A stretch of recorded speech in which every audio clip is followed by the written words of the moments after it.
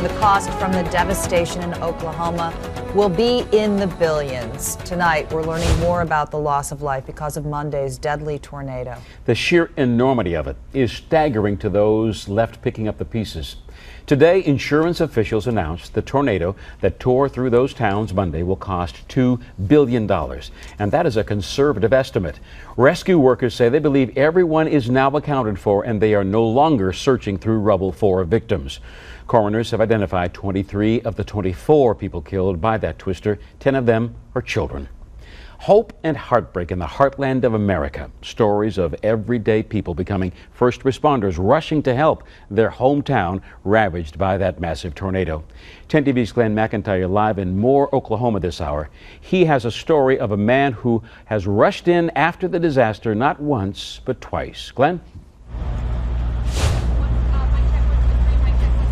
Jerry, and what a disaster it is. Take a look at this. In a state that has had more than its share of volatile weather, state officials are saying this is one of the most significant storms in Oklahoma history.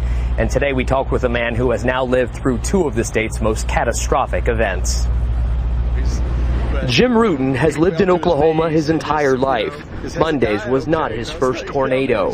He says he could see it develop from miles away. It made the funnel, went up, went back, went up, and then when it made the cone, the cylinder all the way to the ground, it just exploded.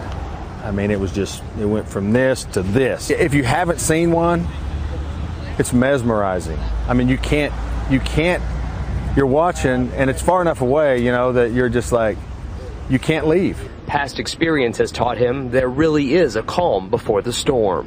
It just gets really still. I mean, it can just be storming, raining, hail, and then everything just stops. The leaves on the trees aren't moving. I mean, there's not even any air moving at all. It just gets still, and like the hair on the back of your neck raises. When he emerged from his shelter, the damage told him this was no ordinary Oklahoma storm. Then he heard that nearby Briarwood Elementary had been leveled. This video from the Oklahoman shows what he found when he ran to help. It was chaos, confusion. It looked like a war zone. The school had collapsed. It was just demolished. And the teachers are coming out. They're all injured because they're throwing their bodies on top of the students.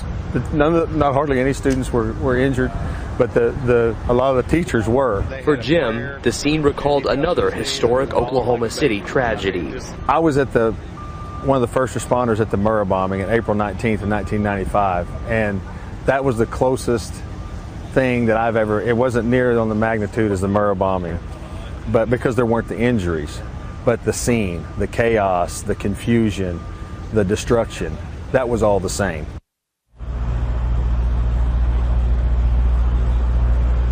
And if Jim looks familiar to you, it may be because of a photograph that's gone viral. It was one of the first images out of the storm and one of the most touching. Coming up at 6 o'clock, we'll have the story behind the hugs seen around the world. Reporting live in Moore, Oklahoma, Glenn McIntyre, 10 TV News. Thanks, Glenn. We were just remarking about that photo. You can get the latest information about the devastation in Oklahoma on 10tv.com. We have all of Glenn's reports, plus video from storm chasers and a look at all this year's tornadoes with our Tornado Tracker page.